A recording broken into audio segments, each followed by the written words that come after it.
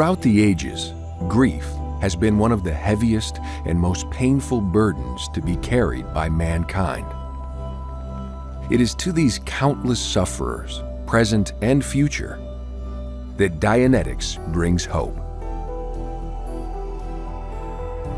For Dianetics eases the load, not by sealing off a painful past, but by opening it to the light, by discharging pent-up feelings so that all is free and healthy again.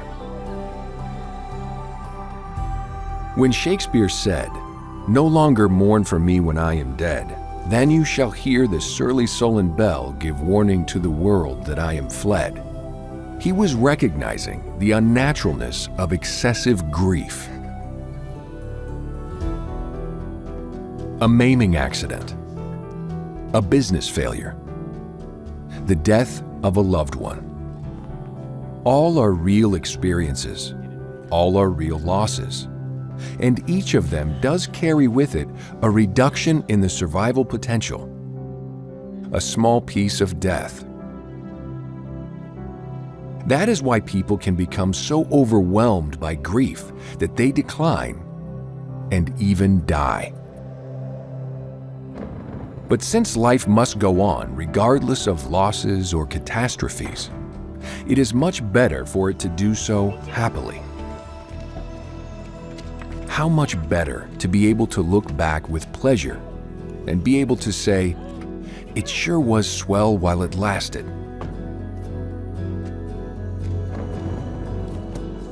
The individual does more for himself and his environment when he achieves a calm retrospect, without aching heart or tear-dimmed eye. In Dianetics, we find the key for unlocking and draining the reservoirs of destructive emotion. And the techniques of Dianetics are simple as going back to last night's supper. They form a method of tapping tears at their source, so that dreaded memories will no longer be painful. It is a clean, simple method of accomplishing an end which has been the aim of grief rituals of many religions and many peoples. The reaching of peace, harmony, and a reorientation toward the future without denying or negating the past. It is wonderful to see what influence the discharge of pent-up grief has on a personality. To see an individual become radiantly and vibrantly alive. To see him turn toward normal living and good, healthy relationships.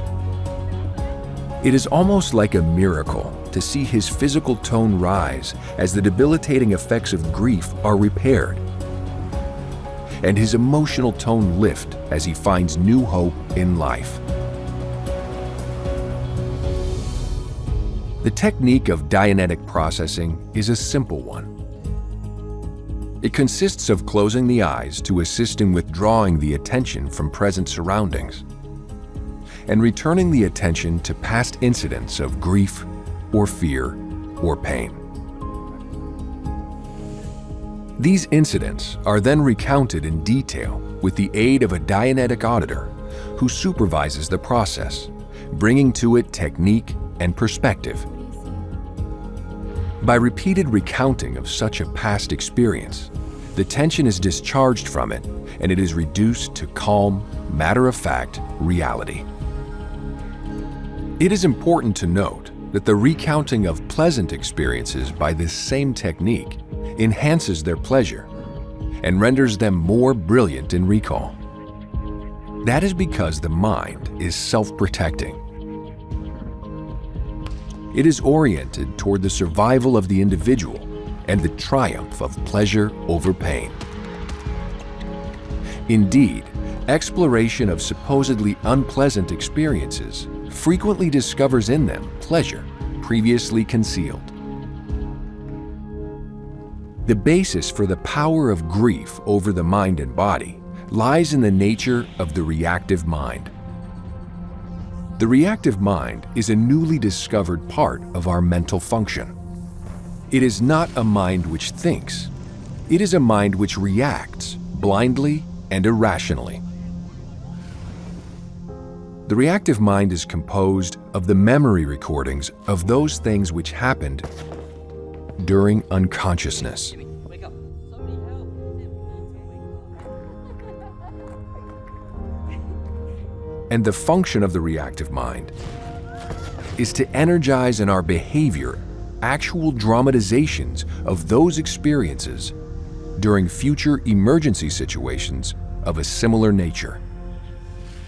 It is to these memories of moments of unconsciousness, or engrams as we call them, that the charges of grief attach themselves, intensifying their dramatization.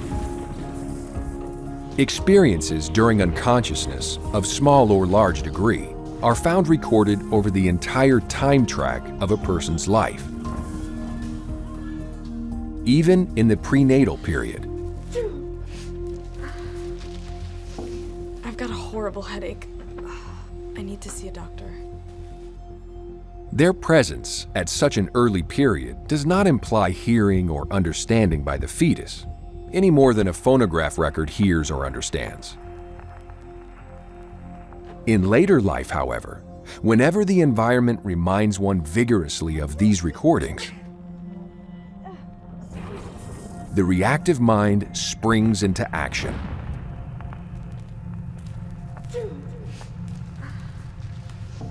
I've got a horrible headache. I need to see a doctor. I've got a horrible headache. I need to see a doctor.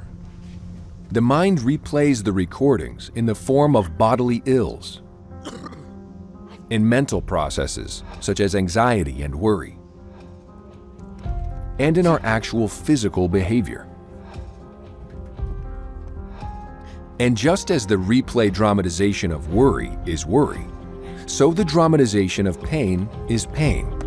The dramatization of quarreling is quarreling. And the dramatization of tears is tears.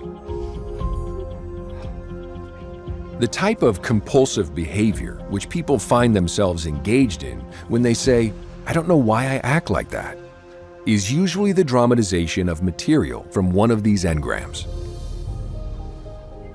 Those sudden thrusts and twists of painful emotion which clutch the heart at a poignant scene in a movie are old grief in restimulation. Those rushes of tears and sadness which cloud the mind when familiar scenes and phrases again meet the eyes and ears are old grief in dramatization. The tears of sympathy, the tears of compassion, all are tears of grief. They are the outward signs of feelings imprisoned in grief engrams, feelings which need only to be released for mental tranquility. The releasing of grief often requires the recounting and reduction of pain engrams which underlie the grief. The return to these engrams and their verbal recounting is handled by the same processes as the discharge of the grief itself. And the Dianetic auditor must be skilled in handling this work precisely and sympathetically. Dianetics gives him a method for the deepest insight into the human mind yet discovered.